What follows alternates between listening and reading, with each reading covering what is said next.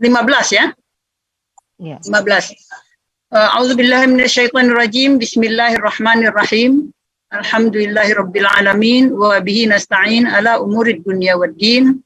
Wassalatu wassalamu ala asyrafil anbiya'i wal mursalin sayyidina Muhammad wa ala alihi wa ashabihi ajma'in wa man tabi'ahum bi ihsanin ila yaumiddin, amma ba'du. Asyhadu an la ilaha illallah wahdahu la syarikalah wa asyhadu anna Muhammadan abduhu wa rasuluh la nabiyya ba'dah. Allahumma shrah li sadri wa yassir li amri wahlul 'uqdatam min lisani yafqahu qawli. Qala Allah Ta'ala fi kitabil karim, a'udzu billahi minasyaitonir rajim, bismillahirrahmanirrahim. Wallati ya'tinal fahishata min nisa'ikum fastashhidu 'alaihinna arba'atan minkum. Fa in syahidu fa amsikuhunna fil buyut hatta yatawaffahunnal maut aw yaj'alallahu lahunna sabila. Ayat ke-15 dimulai dengan wallati ya'tinal fahisyah, yang artinya orang-orang yang melakukan fahisyah. Ya. Wallati jamak dari allati. Allati, la-nya tidak panjang, itu artinya satu orang, perempuan. Ya, isim mausul, kata sambung yang berarti perempuan, yang digunakan untuk perempuan. Wallati, satu orang perempuan. Wallati, para perempuan atau perempuan-perempuan ya'tinal fahisyah, yang melakukan fahisyah. Apa itu nanti fahisyah? Kita perjelas maknanya. Min nisaikum, di antara istri-istrimu atau perempuan. Kalau di sini arti secara umum al-fahisyah itu artinya zina. Ya, perempuan-perempuan yang melakukan zina di antara istri-istrimu. Fastashhidu alaihinna arba'atan minkum, maka hendaklah kamu mendatangkan 4 orang saksi. Fa in syahidu fa amsikuhunna fil buyut, jika mereka 4 orang itu telah bersaksi bahwa telah terjadi perzinahan, fa amsikuhunna fil buyut, maka tahanlah perempuan-perempuan itu di dalam rumah hatta yatawaffahunnal maut, sampai maut datang mendatangi, sampai ajal tiba.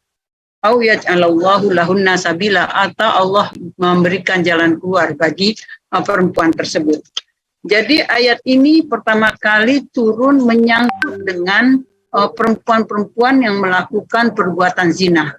Ayat ini sangat penting kita ketahui karena ini menyangkut dengan keluarga, menyangkut dengan keturunan, dan ini peran yang paling penting adalah bagi ibu-ibu.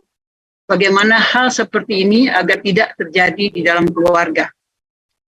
Jadi ayat pertama ini turun ketika terjadi perzinahan pada perempuan-perempuan. Allah menetapkan hukumnya harus ada 4 orang saksi baru perzinahan itu bisa ditetapkan sebagai zina. Kalau saksinya kurang dari 4 orang, maka tidak bisa ditetapkan itu sebagai zina. Begitu ketatnya, begitu beratnya untuk menetapkan seseorang itu berzina, harus ada 4 orang saksi. Jadi tidak mudah menuduh orang melakukan zina. Kalau tidak cukup 4 saksi, maka tidak ditetapkan orang itu sebagai seorang pezina.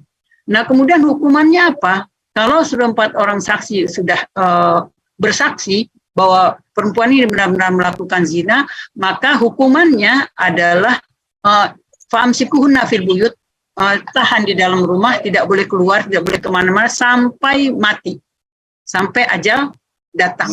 Jadi itu hukumannya dulu tentang perzinahan. Kemudian ayat ini, ayat pertama menyangkut perzinahan. Ini namanya ayat yang nasikh mansuh. Hukum yang pertama ini kemudian dinasikh, dihapus oleh ayat lain, yaitu yang ada di ayat kedua dari surat An-Nur.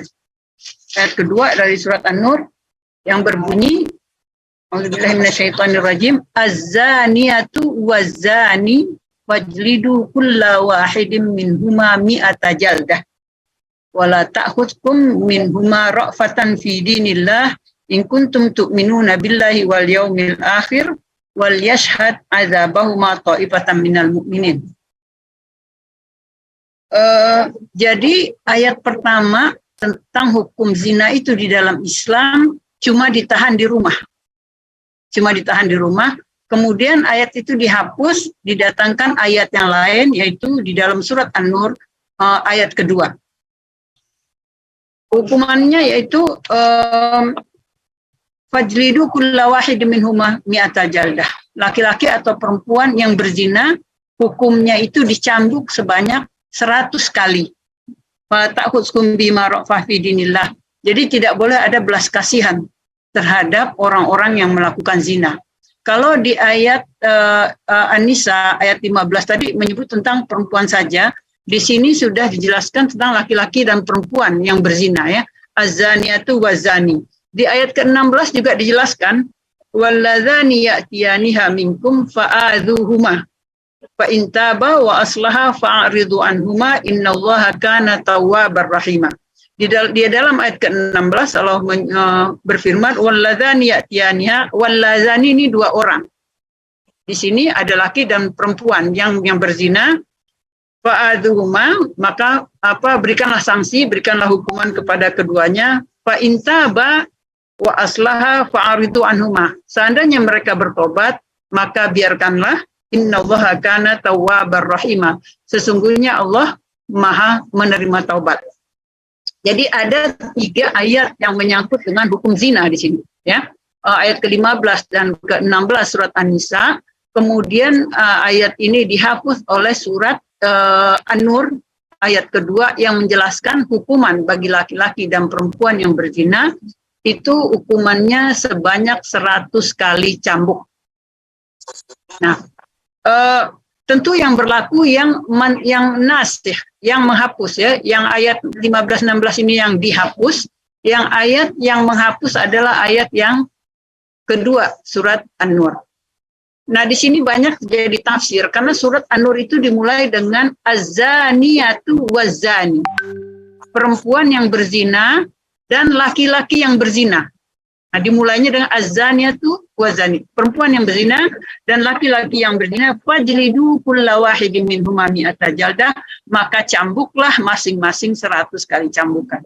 Nah, di sini ada tafsir tentang kata-kata kenapa az-zaniyatu lebih dulu daripada az-zani. Kenapa perempuan yang berzina disebut lebih dahulu daripada laki-laki yang berzina. Nah, di sini banyak tafsir yang mengatakan karena perempuan itu sumber fitnah. Karena perempuan itulah yang menyebabkan terjadinya zina. Banyak kesalahan ditumpahkan kepada perempuan, karena itu perempuan disebut lebih dulu. Itulah pada umumnya yang kita temukan dalam kitab-kitab tafsir tentang kenapa az-zaniyatu disebut lebih dulu daripada az-zani. Nah, disinilah yang ingin kita bahas ya. Selama ini kan yang menafsirkan Al-Quran itu kan cuma laki-laki, sehingga lebih cenderung kepada melihat sesuatu tentang perempuan kepada hal-hal yang negatif. Ya. Perempuan lebih stigma terhadap perempuan itu selalu negatif.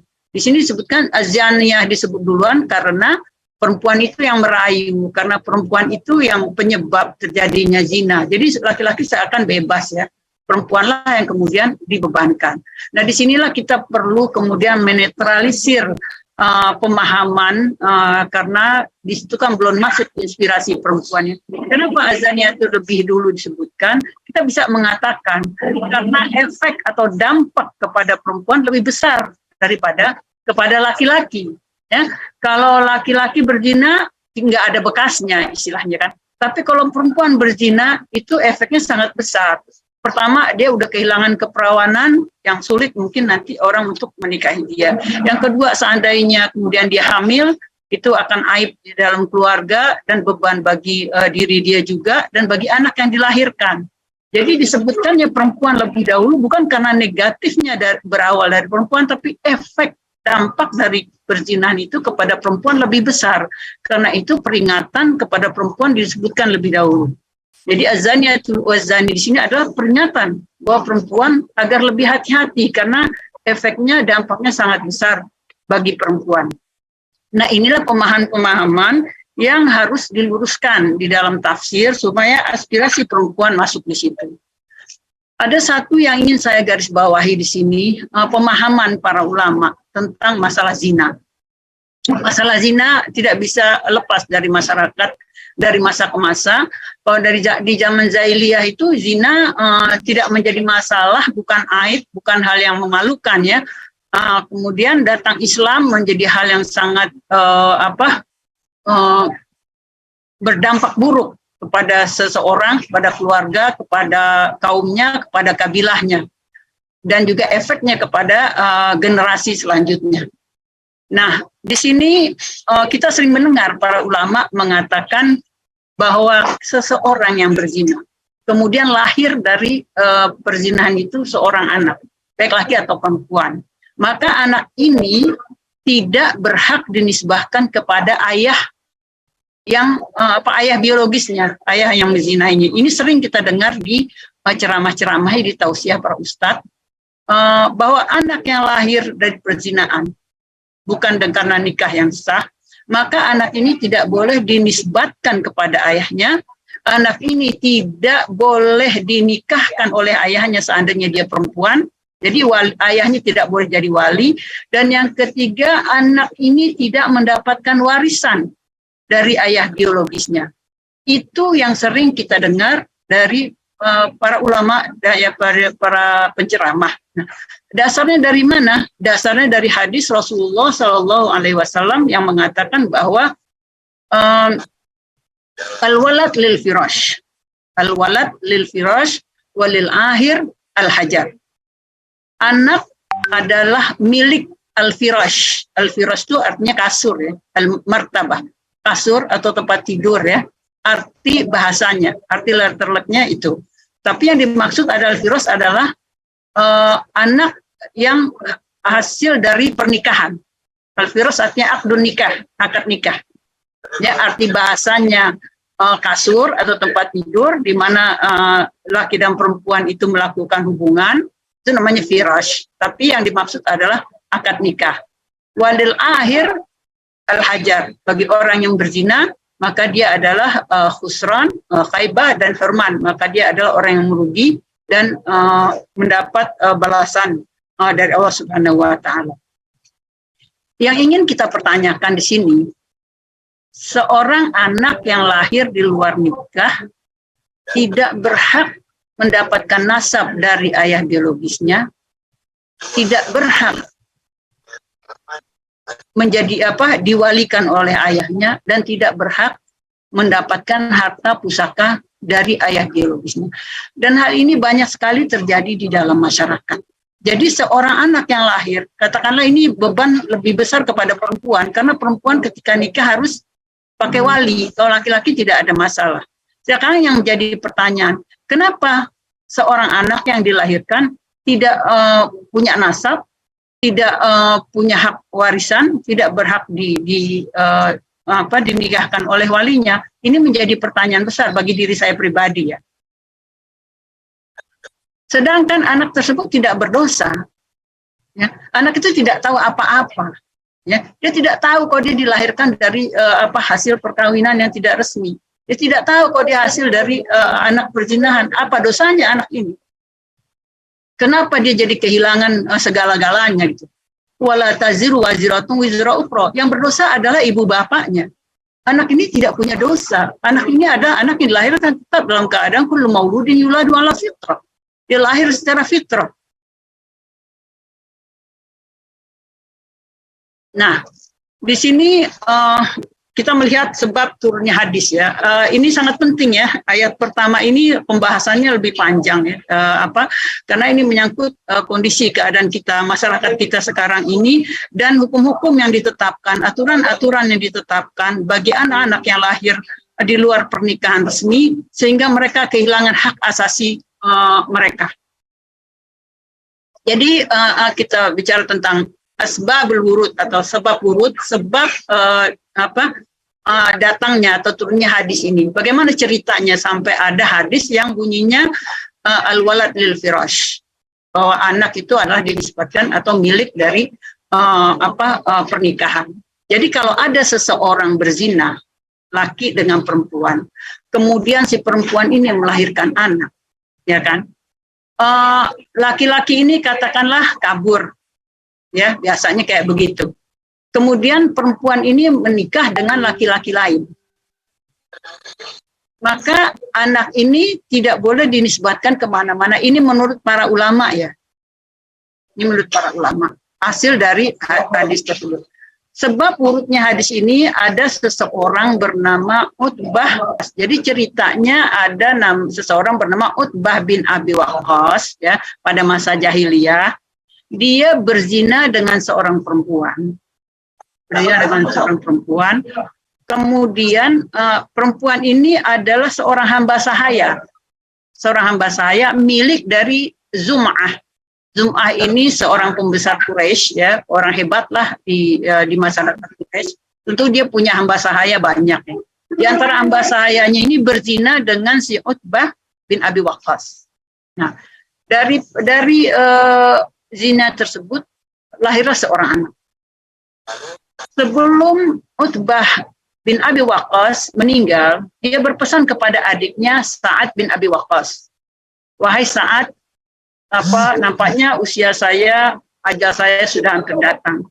Jika nanti terjadi Fathu Makkah, kota Mekah telah ditaklukkan, tolong kamu jemput keponakanmu, anak saya, dari Abdu bin Zum'ah.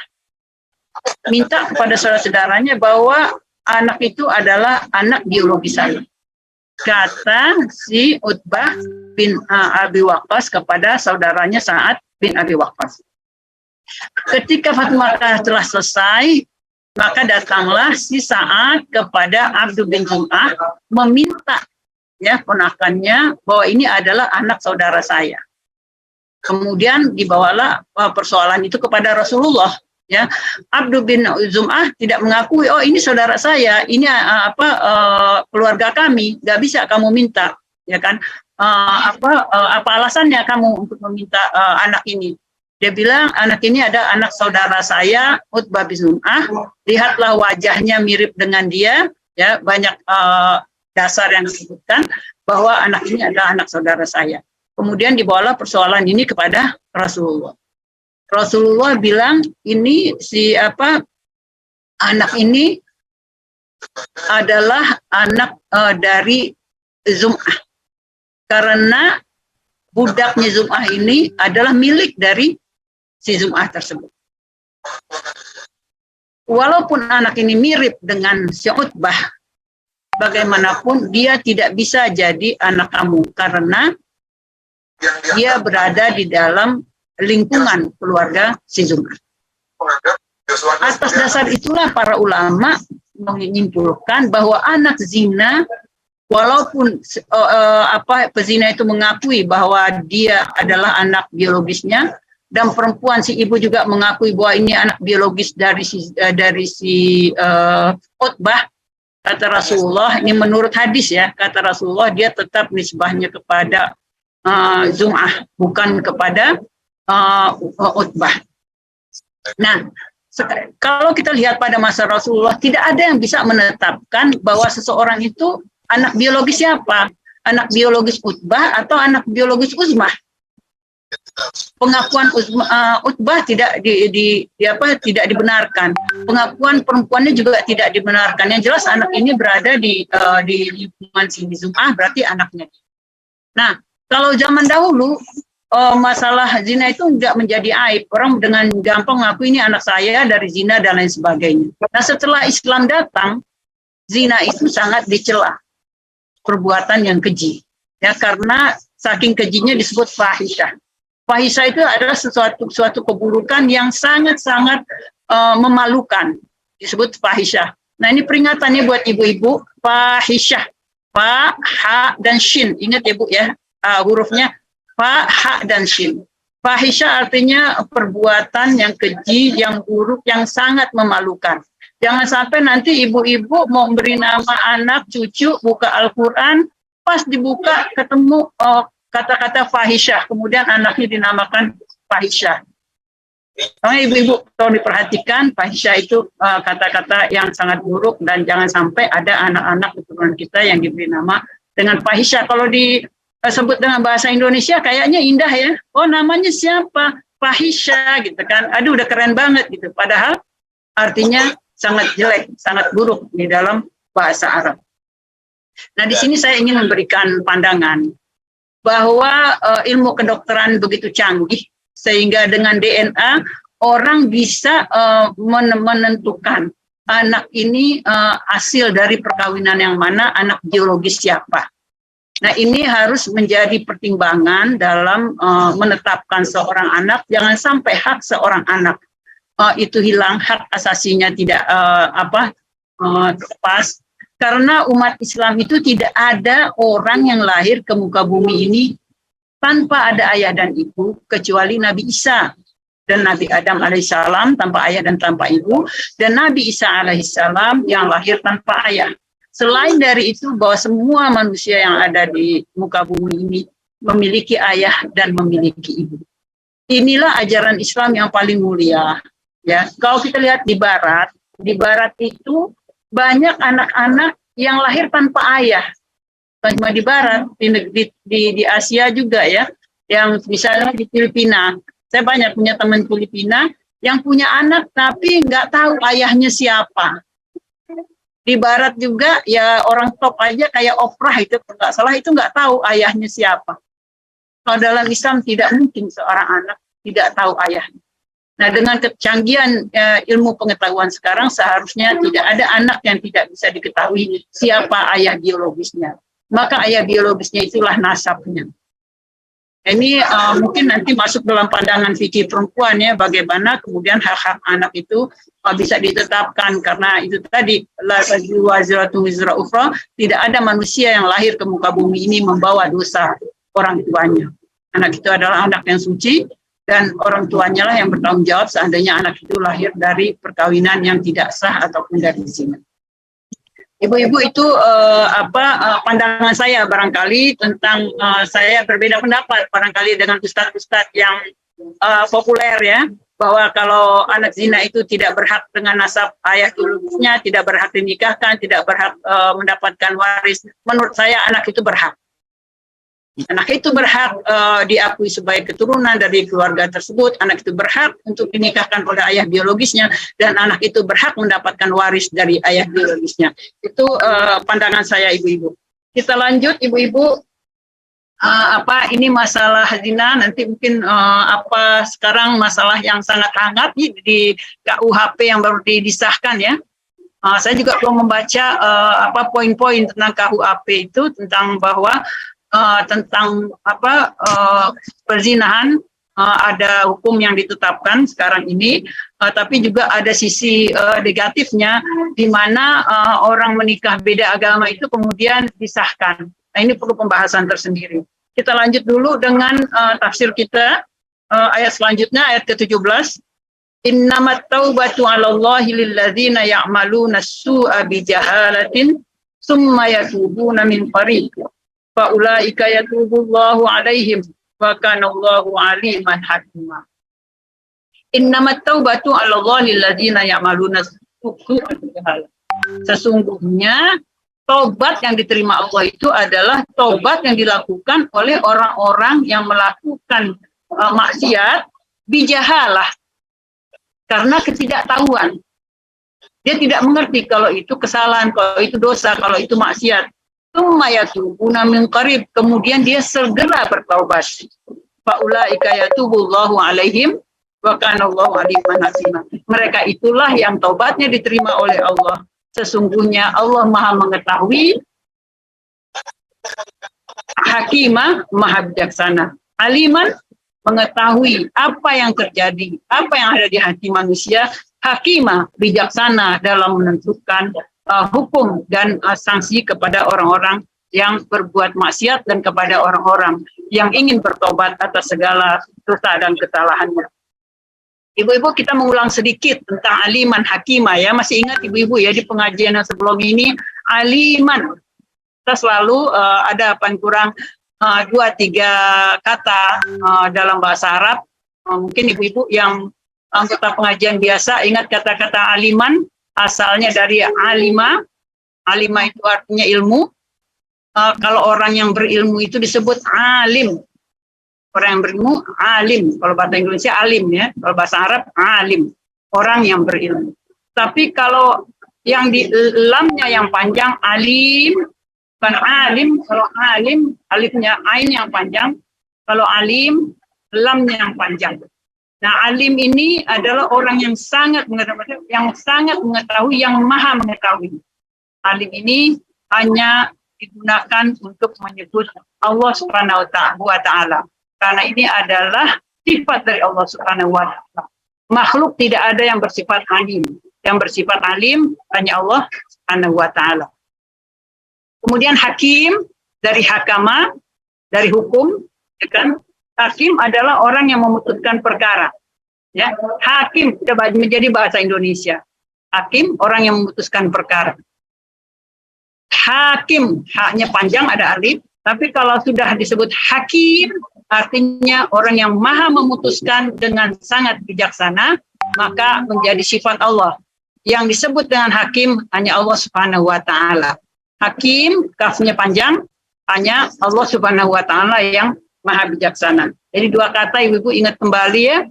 Alim sama hakim berdasar dari alima dan hakama, yang pelakunya disebut alim dan hakim itu untuk manusia. Adapun alim dan hakim hanya sifat yang bisa kita nisbahkan kepada Allah Subhanahu wa Ta'ala. Kita lanjut. Walaisatit taubatu lil ladzina ya'maluna as-sayyi'at hatta idza hadara ahadakumul maut qala inni tubtul an walal ladzina yamutuna wa hum kuffar ulaika a'tadna lahum adzaban alim. Walaisatit taubatu lil ladzina ya'maluna as-sayyi'at. Tobat tidak diterima bagi orang-orang yang melakukan kejahatan, kesalahan, maksiat dan lain sebagainya, hatta idza hadara ahadamul maut, sampai maut sudah datang kepadanya. Ya, malaikat maut sudah datang, baru dia berkata, qala inni tubtul an. Dia mengatakan, sekarang saya bertobat. Ketika malaikat sudah datang untuk mencabut nyawa seseorang, maka pintu taubat sudah tertutup. Walalladzina yamutuna wa hum kufar, bukan juga orang yang mati dalam keadaan kafir. Ulaika a'tadna lahum adzaban alima. Bagi mereka ini Allah Subhanahu wa Ta'ala telah menyediakan azab yang maha pedih. Nah, ibu-ibu, tadi ada dua di sini yang diterima tobatnya oleh Allah adalah orang-orang yang melakukan kesalahan kemudian segera bertobat. Adapun orang-orang yang melakukan kesalahan, dosa, maksiat, dan lain sebagainya, tidak bertobat sampai masa malaikat maut datang mencabut nyawanya, kemudian dia berkata, sekarang saya bertobat. Itu tobatnya sudah tidak diterima. Allah memanggil, wasari'u ila magfiratin min rabbikum wa jannah. Allah katakan, bersegeralah minta ampun kepada Tuhanmu. Kita tidak tahu apa yang kita lakukan, kesalahan, disengaja ataupun tidak disengaja. Wasari'u, bersegeralah, cepat-cepat. Ila maghfiratin min rabbikum, meminta ampun kepada Tuhanmu. Wa jannatin arduhas samawati wal ard, minta ampunlah kepada Tuhanmu dan memintalah surga kepada Tuhanmu. Arduhas samawati wal ard, yang luasnya seluas langit dan bumi. Uiddat lil muttaqin, yang disiapkan untuk orang-orang yang bertakwa. Berarti orang-orang yang bertakwa ini dulu ada orang-orang yang berdosa. Ya, orang yang takwa itu ada yang dulunya orang-orang berdosa, tapi kemudian dia bertobat segera, tidak ditunda-tunda. Pada ayat selanjutnya disebutkan allazina yunfiquna fis sarra'i wad dharra wal kaziminal ghaiz. Ya, yang muttaqin ini disebutkan sama Allah, alladzina yunfiquna fis sarra'i wad dharra, yaitu orang-orang yang menafkahkan hartanya, bersedekah, berinfak, berzakat, ya, berbuat baik dengan harta yang dimiliki, fis sarra'i wad dharra, baik dalam keadaan sempit ataupun dalam keadaan lapang, baik diketahui orang ataupun tidak diketahui orang. Wal kaziminal ghaiz, orang yang bisa menahan rasa marah. Orang bisa menahan kemarahan itu termasuk orang-orang yang muttaqin. Wal afina anin nas. Nah, ibu-ibu, ini yang paling berat nih, memberi maaf orang-orang yang telah melakukan kesalahan kepada diri kita.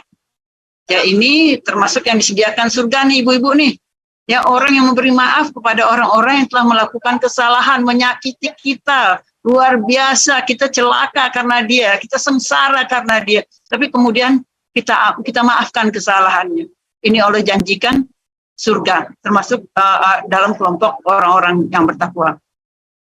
Wal kaziminal ghaiz wal afina anin nas wallahu yuhibbul muhsinin. Kalau kita ingin dicintai oleh Allah, maka lakukanlah bersedekah di waktu sempit dan lapang, dan juga menahan rasa marah, dan juga memaafkan orang lain.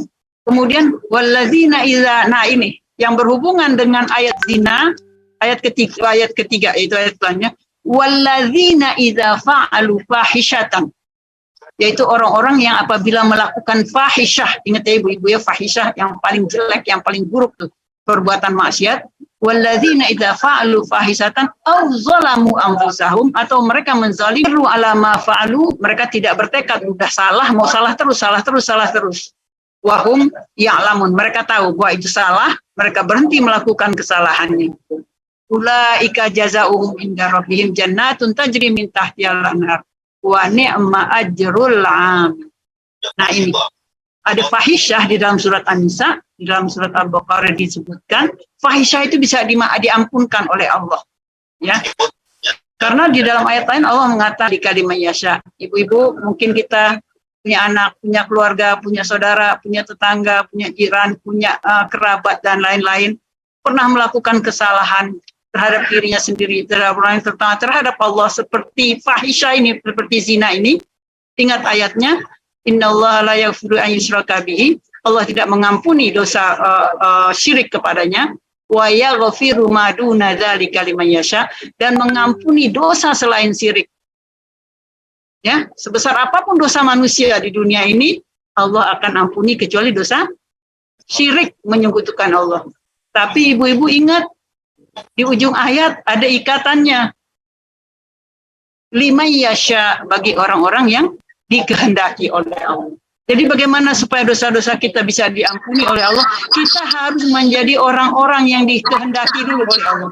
Orang-orang yang disayang oleh Allah. Orang-orang yang dekat kepada Allah, sehingga dosa kita bisa diampuni oleh Allah Subhanahu wa Ta'ala.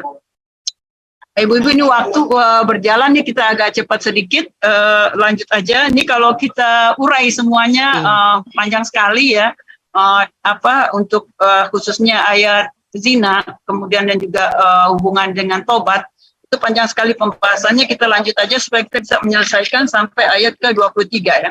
Ayat selanjutnya, ya ayyuhalladzina amanu la yahillu lakum an tarisun nisaa karha wa la ta'duluhunna litazhabu bi ba'di ma ataitumuhunna illa an ya'tina bi fahishatin mubayyinah. Ini fahisyah lagi. Wahai orang-orang beriman, tidak halal bagimu untuk mewariskan perempuan secara paksa. Ta'duluhunna litazhabu bi ba'di ma ataitumuhunna, dan menghalang-halangi mereka untuk agar kamu bisa mengambil apa yang telah kamu berikan kepada mereka, illa ayatina bi fahishatin mubayyinah, kecuali kalau dia melakukan fahisyah yang nyata. Wa ashiruhunna bil ma'ruf, pergaulilah mereka dengan cara yang baik, dengan cara yang ma'ruf. Fa in karihtumuhunna fa asa an takrahu syai'a wa yaj'alallahu fihi khairan katsira.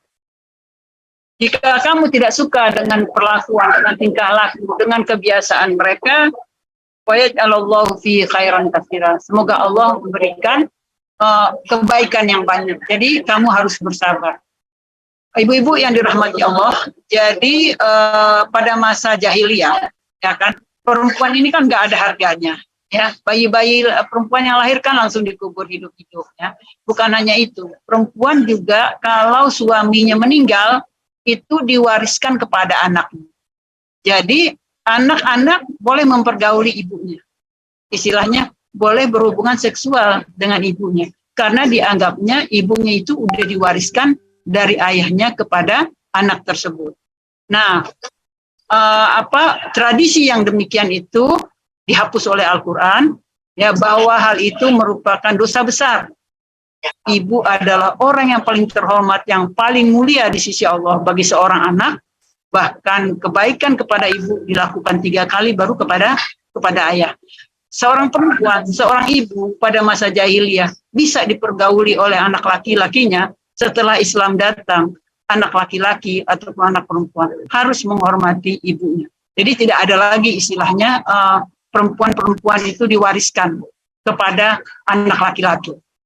Nah, ini kita perlu mengetahui kondisi masyarakat jahiliyah sebelum Islam datang. Kita lanjut dengan ayat selanjutnya. Wa in arabtum istibdala zawjin makana zawj wa ataytumuhunna ihdahunna qintara fala ta'khudhu minhu syai'a ata'khudhunahu buhtanan wa isman mubina. Jika kamu ingin mengganti istri dengan istri yang lain, sedangkan kamu sudah memberikan mahar kepada perempuan tersebut, janganlah kamu ambil kembali. Apakah kamu akan mengambil kembali apa yang telah kamu berikan? Sedangkan bagaimana kamu mengambil kembali apa yang telah kamu berikan? Waqad afdha ba'dukum ila ba'din wa akhadna minkum mitsaqan ghaliza. Bagaimana kamu mengambil yang telah kamu berikan dalam bentuk mahar, dalam bentuk apapun pemberian, sedangkan kamu sudah mempergauli perempuan itu. Nah, di sini banyak sekali ketetapan Islam yang sangat revolusioner. Apa yang ada di masa jahiliyah, perempuan itu diwariskan, perempuan seperti barang, diperlakukan sebagai barang. Setelah Islam datang, perempuan kalau mau dinikahi harus dikasih mahar, harus dilengkapi semua kebutuhannya, dan tidak boleh diambil kembali. Jadi luar biasa Islam menghormati perempuan dan menjaga hak-hak perempuan. Selanjutnya, wala tankihu ma nakaha aba'ukum minan nisa'i illa ma qad salaf. Langsung larangannya. Janganlah kamu menikahi perempuan yang sudah dinikahi oleh ayahmu. Illa ma qad salaf, kecuali apa yang telah terjadi, yaitu yang telah terjadi pada masa jahiliyah. Innahu kana fahishatan wa maktam wa sa'a sabila. Ini masuk lagi ini. Jadi ayat ini banyak sekali fahisha di sini. Anak yang menikahi ibunya, yang mempergauli ibunya, di sini disebutkan fahisyah juga, sebagai suatu kejahatan, sebagai suatu keburukan, sebagai suatu aib. Nah, di sini jelas sekali aturan Islam dalam keluarga. Ini perlu diketahui oleh ibu-ibu semua, karena kita urusan keluarga ini tentu ibu-ibu lebih berhubungan langsung dengan anak-anak dan juga dengan kehidupan di dalam rumah tangga itu sendiri. Kita lanjut saja kepada ayat yang terakhir, ayat 23. Ini pernah kita bincang dalam seminar ya, tentang adat Minangkabau dan perkawinan. Bagaimana kawin dengan sepupu dan lain sebagainya, kita sudah pernah urai ini dengan sangat detail. Baik, kita ulang di sini. Orang-orang yang haram dinikahi. Hurrimat alaikum ummahatukum. Haram bagimu menikahi ibu-ibumu. Wa banatukum, anak perempuanmu. Wa akhawatukum, saudara-saudara perempuanmu. Wa ammatukum, tante-tante perempuan, tante-tante dari pihak ayah. Wa khalatukum, tante-tante dari pihak ibu. Wa banatul akh, anak-anak perempuan saudara kita. Wa banatul ukht, anak-anak perempuan dari saudara perempuan kita. Wa ummahatukumul lati arda'anakum, dan ibu-ibu yang menyusui kamu. Wa akhawatukum minar radha'ah, dan anak-anak perempuan yang satu susuan denganmu. Wa ummahatun nisaikum, mertua ya, ibu-ibu istrimu, ibu dari istrimu, artinya mertuamu. Wa raba'ikumul lati fi hujurikum min nisaikum lati dakhaltum bihinna, anak-anak tirimu, anak dari istrimu, yang istri ini sudah punya anak sebelum menikah dengan laki-laki ini, maka anak-anak istri ini tidak boleh dinikahi oleh laki-laki tersebut. Fa illam takunu dakhaltum bihinna fala junaha alaikum wa halailu abnaikumul ladzina min aslabikum, istri-istri anak-anakmu juga tidak boleh kamu nikahi. Antajma'u bainal ukhtaini illa ma qad salaf, tidak boleh mengumpulkan dua perempuan kakak adik. Kan dalam Islam boleh poligami ya, boleh 1, 2, 3 sampai 4. Tidak boleh di antara yang 4 itu ada yang kakak adik. Itu haram hukumnya. Innallaha kana ghafurur rahim. Sesungguhnya Allah Ghafur, Maha Pengampun dan Maha Pengasih dan Penyayang. Jadi Allah telah menetapkan berapa ini ada pihak-pihak yang haram dinikahi. Seandainya itu terjadi sebelum Islam datang, maka Allah mengampuni apa yang pada salah, apa yang sudah lalu. Adapun setelah Islam diturunkan dan aturan Islam ditetapkan, maka tidak ada lagi laki-laki menikahi yang tidak boleh dinikahi. Nah ini kan berbeda nanti ya dengan Sumatera Barat. Di dalam Islam kan boleh itu kita menikah dengan anak kakak boleh menikah dengan anak adik ya. Sesama-sama perempuan, kakak adik perempuan, yang satu punya anak laki-laki, yang satu punya anak perempuan, dalam Islam boleh menikah. Tapi di Minangkabau itu tidak boleh menikah. Itu sudah kita jelaskan dengan sangat jelas pada pengajian tentang Al-Muharramat Minan Nisa.